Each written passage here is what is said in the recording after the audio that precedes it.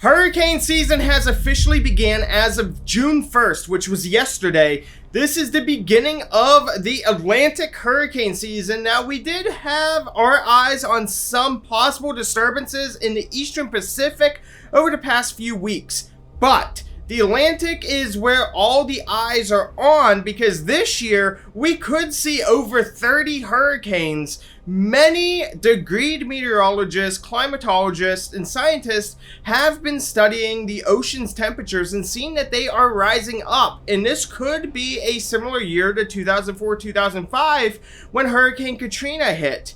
They are anticipating this year to be one of the most active hurricane seasons we've seen in a long time.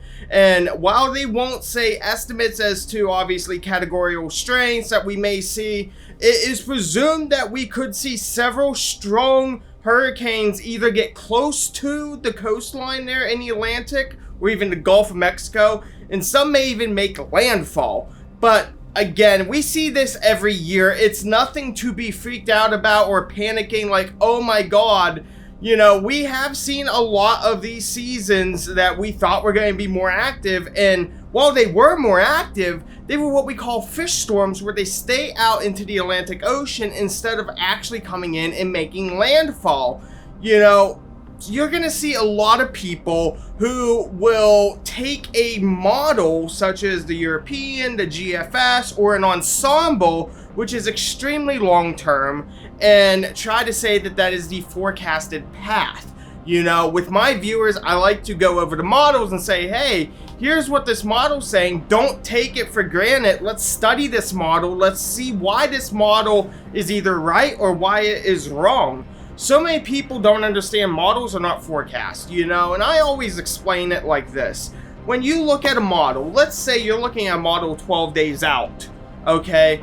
That day 12 is affected by something that could happen on day 7. However, the next day, whatever happened on day 7 may not show up again on the new model, and therefore everything after day 7 there is contaminated, and so that's why we can't use long-term models, as they are very dependent upon the previous day and what that model shows. So let's have a safe hurricane season this year. I'll be down there this fall covering it in Florida, and we're gonna have a safe time. Hopefully everyone stays safe. That's a big thing, you know. Yes, it's awesome to go see you know, nature's fury in her finest, but you know, when you hear people losing homes, losing their lives, their belongings, that's absolutely gut-wrenching.